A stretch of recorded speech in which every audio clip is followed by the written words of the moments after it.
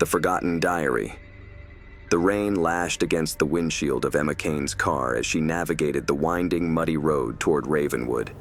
She glanced at the map on the passenger seat, a fragile sheet of paper torn from a century-old guidebook.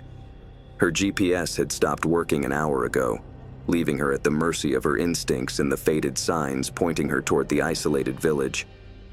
Emma wasn't a stranger to mystery. Being an investigative journalist, she built her career on digging into the past, uncovering secrets others preferred to keep buried. But this was different. This was not another story for a magazine column. This was a personal journey, a quest that haunted her since she found that old newspaper clipping about mysterious deaths in 1782. The article was vague, but it spoke of a young woman called Margaret Evans who disappeared, and later rumors of a curse that haunted the village for generations.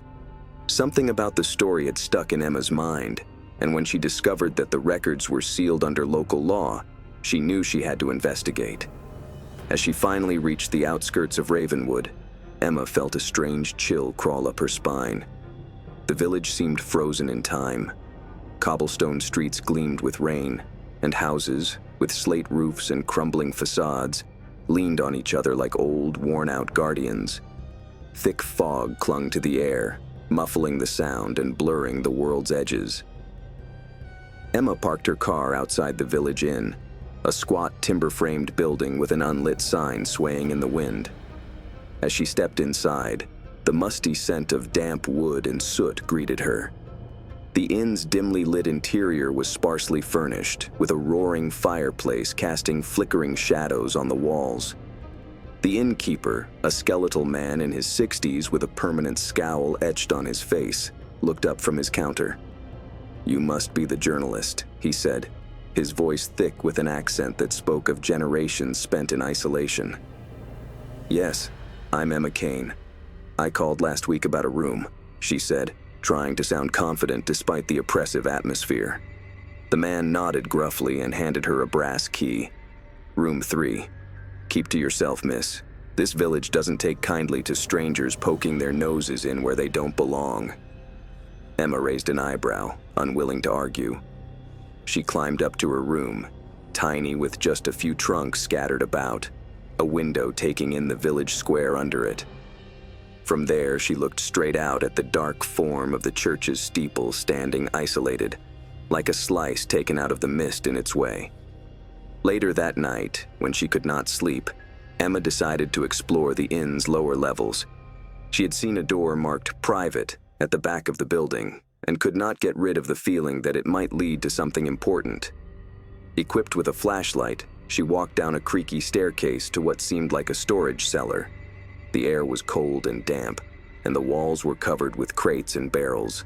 But it was not the supplies that she focused on. It was the dusty, leather-bound book placed on a wooden table in the corner.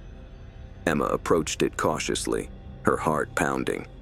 The book was a diary, its cover embossed with the initials M.E. When she opened it, the fragile pages crackled under her fingers. The handwriting was elegant but faded, and the first entry was dated January 3rd, 1782. The days grow darker, and the villagers whisper of shadows moving through the woods. "I fear something evil stirs in Ravenwood. Father says I am imagining things, but I cannot shake the feeling that I am being watched." Emma's breath caught as she read. This was Margaret Evans's diary, the same woman who had vanished without a trace more than 2 centuries ago. As she turned the pages, Emma felt as though Margaret's words were reaching out to her from the past. The entries spoke of strange occurrences: livestock found mutilated, villagers falling ill without explanation, and a growing paranoia that the woods surrounding the village were cursed. The final entry sent a shiver down Emma's spine. "I have seen it with my own eyes. The creature with hollow eyes, standing at the edge of the forest. It watches me, waiting.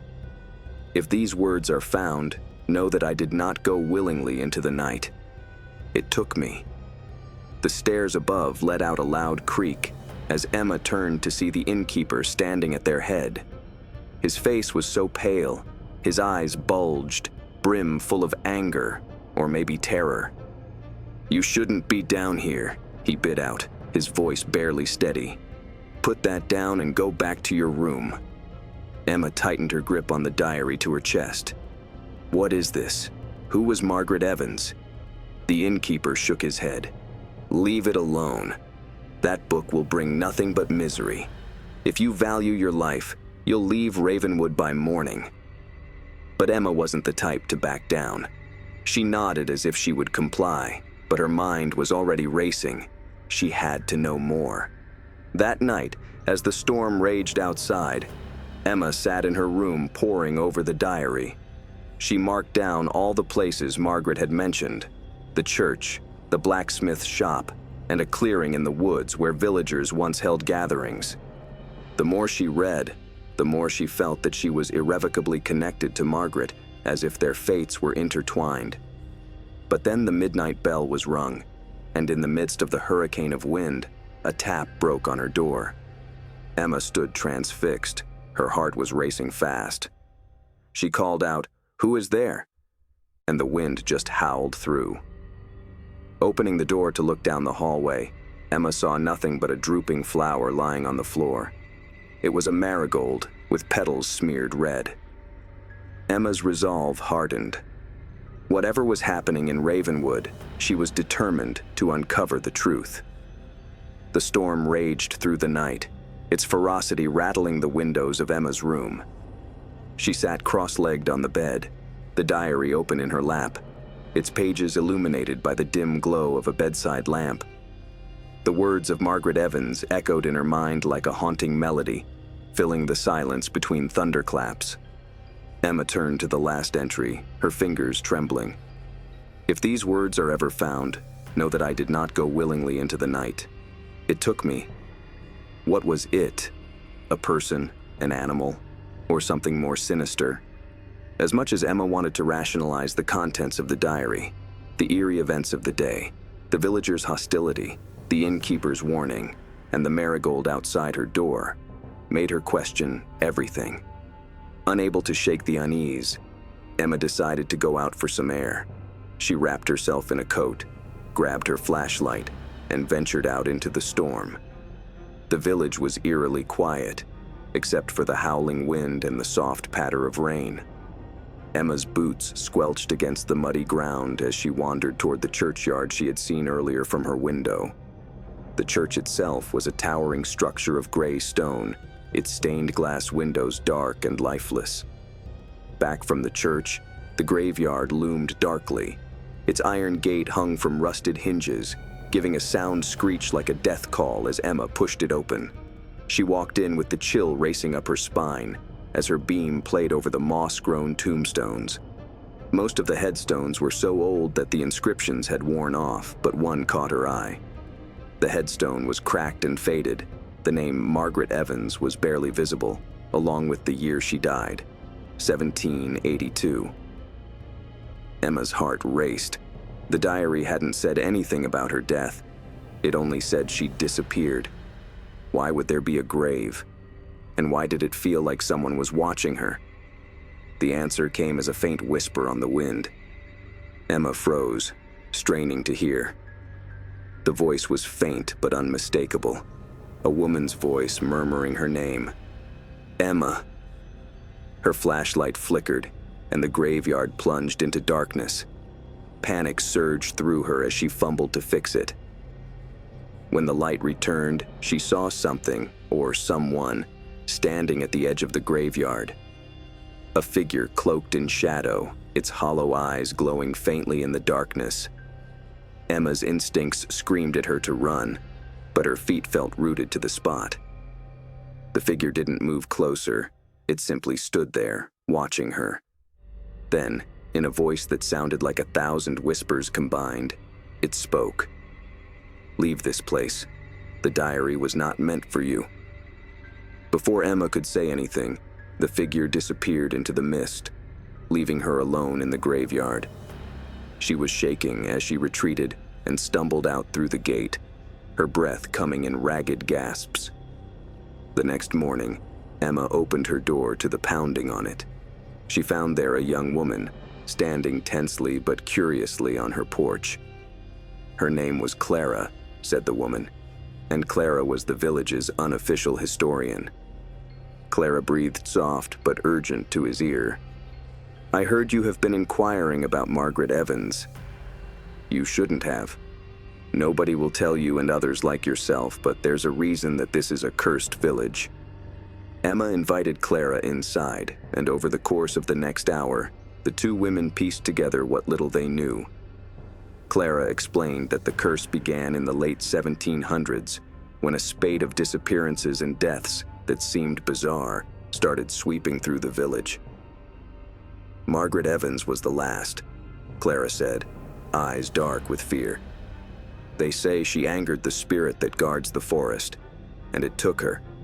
Since then, anyone who digs too deeply into her story..."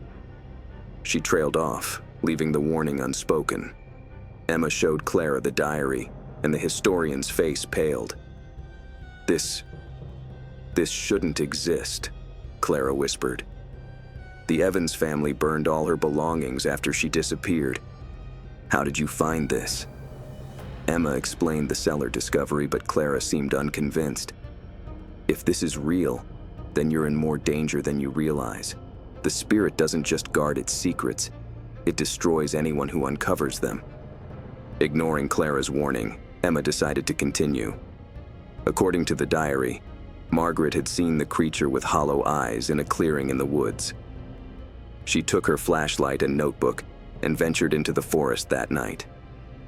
Woods, denser and more foreboding in themselves, the trees intertwined in a skeletal grip on the air.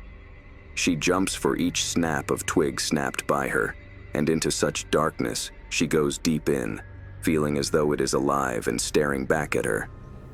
After what felt like hours, Emma came upon the clearing. There stood, in the center of it, an ancient stone altar. On its surface were etched strange symbols. Around it, the air was heavy, charged with electricity. Emma approached cautiously, her flashlight revealing claw-like marks on the stone. She noticed something half buried in the dirt nearby and dug it out. A locket, tarnished with age. Inside was a faded portrait of Margaret Evans.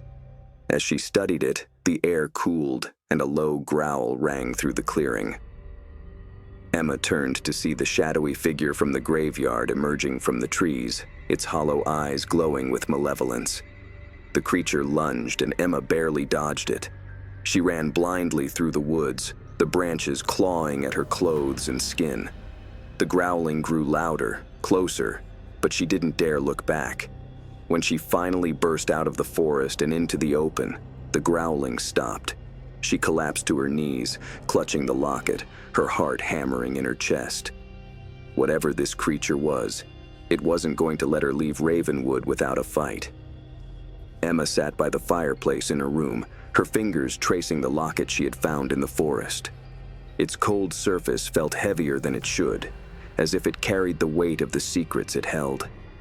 The creature's glowing hollow eyes haunted her memory, and no matter how hard she tried, she couldn't shake the feeling that it was watching her, even now, hidden in the shadows of the inn.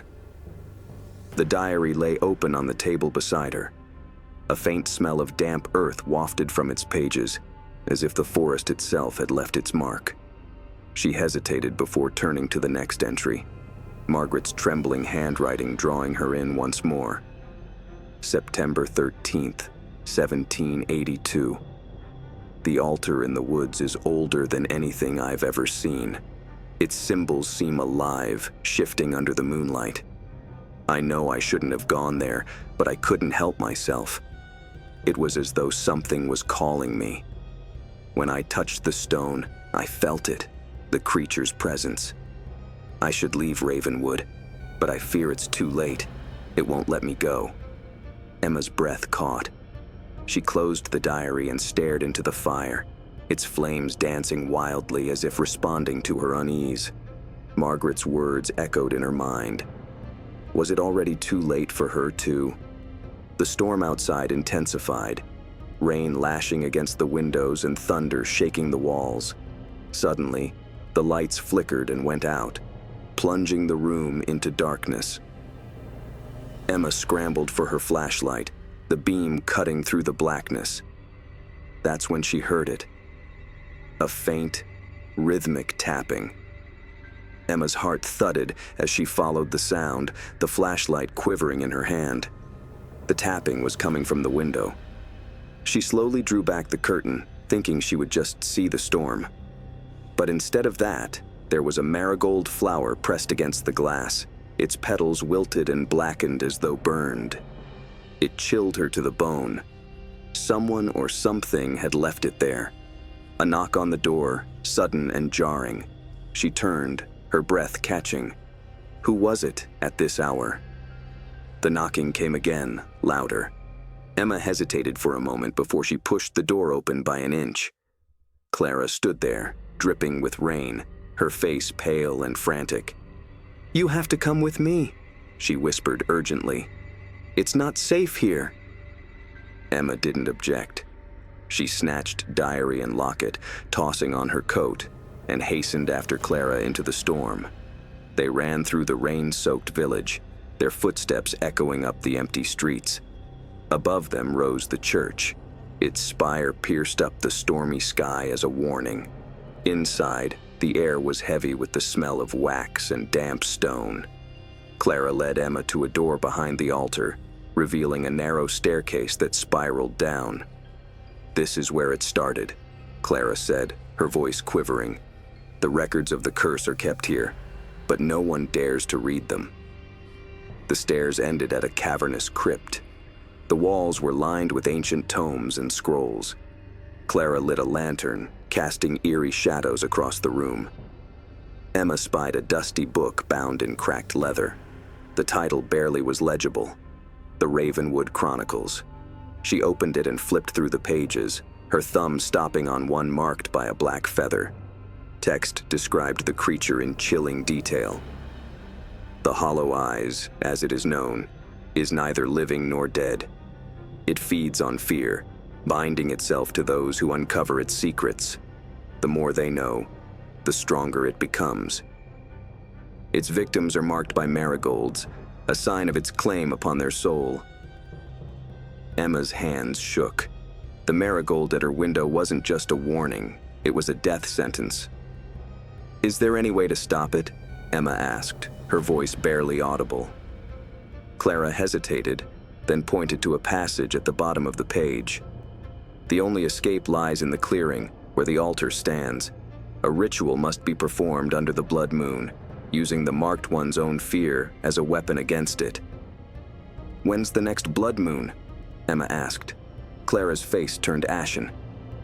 "Tomorrow night." The lantern flickered, and a low growl echoed through the crypt. Both women froze, their eyes darting toward the shadows. The air grew colder, and the growling grew louder, closer. "It's here," Clara whispered, clutching Emma's arm. The creature emerged from the darkness, its hollow eyes glowing with a sinister light. Emma and Clara ran, the crypt's walls seeming to close in around them. The growling followed, relentless and hungry. They burst out into the storm, the rain drenching them instantly.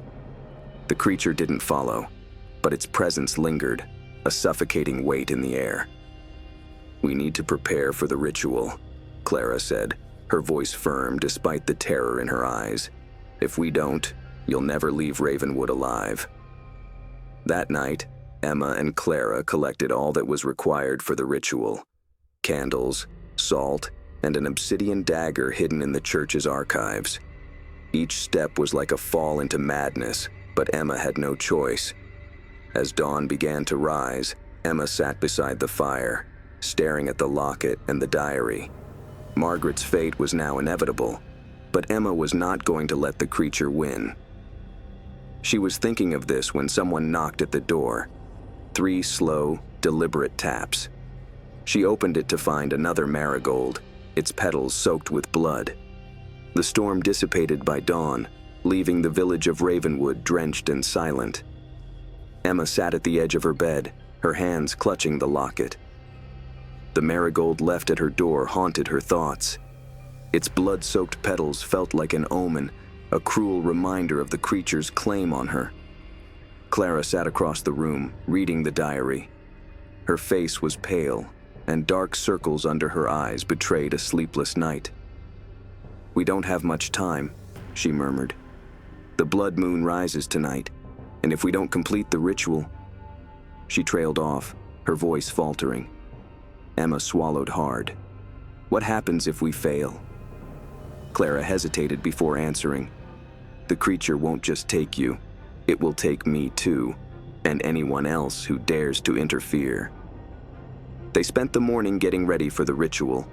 The diary contained cryptic instructions, symbols to be drawn in salt, and a chant in an ancient, almost illegible language. But one line leapt out. The marked one must face their deepest fear, for only then will the creature's power be broken. "What does that mean?" Emma asked, staring at the page. Clara shook her head. "I don't know, but the altar in the woods holds the answer. That's where it began, and that's where it has to end." Before they left, Clara insisted they visit the village library. It was an old, crumbling building that seemed as ancient as Ravenwood itself. Inside, the air was heavy with the stench of mildew and decayed paper. Clara took Emma to the back of the house where a locked room was hidden. She fished into her pocket and brought out a key to unlock the door and reveal shelves stacked with journals and manuscripts. "These are the village's records," Clara said. "Every strange event, every disappearance. It's all documented here." Emma scanned the shelves until a worn, leather-bound book caught her eye. Its spine bore the name Eleanor Hawthorne. She pulled it down and opened it to the first page. Eleanor's handwriting was neat and precise. October 7th, 1720. "The hollow eyes appeared to me in a dream, its voice a whisper that filled my mind with dread. It said it would take my soul if I did not give it another. I thought it was a nightmare, but the marigold at my door proved otherwise. I fear this is the beginning of the end." The entries grew more frantic as Eleanor described her descent into madness. She mentioned the altar in the woods, the blood moon, and the ritual, but she never mentioned succeeding. Emma turned to the final page. The last entry was short and chilling. "It's here." Suddenly, the room felt colder. Emma looked up to see Clara staring at the doorway. "What's wrong?" Emma asked. Clara pointed. "We're not alone." A figure stood in the doorway, its face obscured by shadows. Its hollow eyes glowed faintly, and the room seemed to darken around it. Emma's heart raced as the creature stepped closer, its movements slow and deliberate. "Run!" Clara shouted, grabbing Emma's arm. They ran through the library, growls from the creature echoing through their footsteps. Books fell off the shelves as they passed by, their pages fluttering like desperate whispers. Outside, daylight provided little solace. The creature didn't come after them, but it seemed to shadow them, its very presence a heavy blanket that oppressed them. At dusk, they finally emerged from the woods. Trees seemed to guard their exit, twisted limbs curling above like a roof that darkened what light was left. "This is it," Clara said, her voice quivering. "Once we cross, there is no going back." Emma nodded, clutching the locket for courage. Together, they stepped into the woods. The path to the altar was overgrown, the air thick with the scent of moss and decay. Strange symbols were etched into the trees, glowing faintly as if alive. Emma felt as though the forest itself was watching her, its unseen eyes filled with malice. As they entered the clearing, before them stood the altar, a massive stone slab carved with intricate symbols that pulsed with otherworldly light. Clara began to set up the ritual, placing candles around the altar and drawing symbols in salt. Emma recited the chant from the diary, her voice shaking with fear. As the blood moon rose, its crimson light bathed the clearing in an otherworldly glow. The air grew colder, and a low growl rumbled through the forest. "It's coming," Clara whispered. The creature emerged from the shadows, its hollow eyes glowing with a sinister light. It moved closer, its form shifting and flickering like a living nightmare. Emma advanced. She lifted up the locket, and its face reflected the light of the moon. "What are you doing?" Clara cried in panic. Emma didn't respond. Somewhere in her soul, she knew the locket was the thing. The creature was stunned, fixed on the locket. For an instant, Emma thought she could see within its light. There, a face contorted in anguish and sadness. The diary's words echoed in her mind. The marked one must face their deepest fear. Suddenly, memories she didn't recognize flooded her mind. She saw herself as a child, lost in the woods, and the creature standing over her. She saw her parents searching for her, their voices desperate and filled with fear. The locket was hers. It had been hers all along. Tears ran down her face, seeing the truth in them. The creature wasn't merely a monster. It represented everything she had ever repressed within herself. That little shadow of a fearful night that she had locked in so many layers deep in herself. Emma fell onto the knees, holding onto the locket. "You're a part of me, but I won't let you dictate anything in my life again," she whispered. The creature let out a deafening roar, its form distorted because she was lunging towards him. Emma screamed and then did not back off at all. She thrust forward the locket, which got brighter until it engulfed the whole two of them inside. The world around Emma was a vacuum, an endless expanse of darkness. She floated in the emptiness, her heartbeat echoing in her ears. The locket was still clutched in her hand, its surface warm and pulsing like a heartbeat of its own. A faint, haunting voice broke the silence. "You cannot escape your shadow, child." Emma turned to the noise and saw nothing. Then the emptiness started to take shape.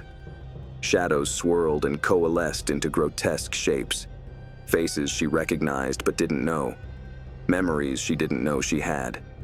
From the shadows came the creature, its hollow eyes brighter than ever. This time, it spoke. "You are mine, Emma Hawthorne. You always have been." With a sudden jolt, Emma opened her eyes. She was lying on the cold forest floor, the blood moon still hanging ominously above. Clara was leaning over her, shaking her shoulder. "Emma, you're awake!" Clara's voice was frantic, her face pale with relief. Emma sat up, her head spinning. "What happened?" "The locket, it did something," Clara said, her voice shaking. "The creature disappeared, but the symbols on the altar started glowing. I thought you were—" She couldn't finish the sentence. Emma looked at the altar. The symbols carved into its surface were now glowing a deep crimson, and the air around it shimmered with an unnatural energy. "It's not over," Emma whispered. Clara half raised Emma from the chair, and together they approached the altar. When they stepped near, the diary that hung from Clara's bag buzzed to life. She retrieved it, and its pages had flipped open by themselves, stopping on a page neither read before. "The blood moon is the last test. That which is marked must seek in it what lies within the shadows, or all will fall under the shadow." "What truth?" Clara asked, her voice trembling. Emma looked at the altar, memories flashing across her mind. She was seeing a young girl, a self-portrait, playing in the woods, a marigold tucked behind her ear. Her parents were calling out to her, their voices desperation personified. Then she saw it, the creature, standing over her, hollow eyes boring into her very soul. "It was me," Emma said, barely whispering. "What do you mean?" Clara asked. "I called it," Emma said, tears streaming down her face. "When I was a child, I discovered the locket and wished for something to take away my fear. But instead, I brought it forth. The creature is my fear, my shadow. And now it's back to claim me." The earth moved as the creature re-emerged from the shadows. This time it took the form of something monstrous, enormous, and sinister, as if it fed off the epiphany in Emma's eyes. "You can't beat me," it sneered. "I am you." Emma stepped forward as she replaced fear with an urge to win. She opened her palm and held the locket as the light it gave started growing brighter. "You are wrong," she said as if on purpose. "You're part of me, but you are not me." The creature roared and lunged at her, but Emma didn't back away. She focused all of her energy on the locket, its light engulfing her and the creature in a blinding flash. There was silence for a moment, then the light went away, and Emma was standing alone. The creature had disappeared. Clara ran to Emma, her face full of relief. "You did it!" she exclaimed, pulling her into a tight hug. The symbols on the altar no longer glowed, and the air seemed to grow lighter, as if the weight of a mountain had been lifted. The blood moon faded, and the light was replaced by the gentle luminescence of dawn. "It's over," Emma said, her voice a mix of relief and exhaustion. But deep inside, she knew the truth. The creature was gone, but the shadows within her would always be there. It was part of her, a reminder of what she had overcome and the strength she found. As they walked away from the clearing, Clara looked back at the altar. For a moment, she thought she saw something, a faint glow, a shadow that lingered. But when she blinked, it was gone. "Come on," Emma said, pulling her forward. "Let's go home." They walked back through the forest, the morning light breaking through the trees. But neither of them noticed the marigold lying on the path behind them, its petals stained red.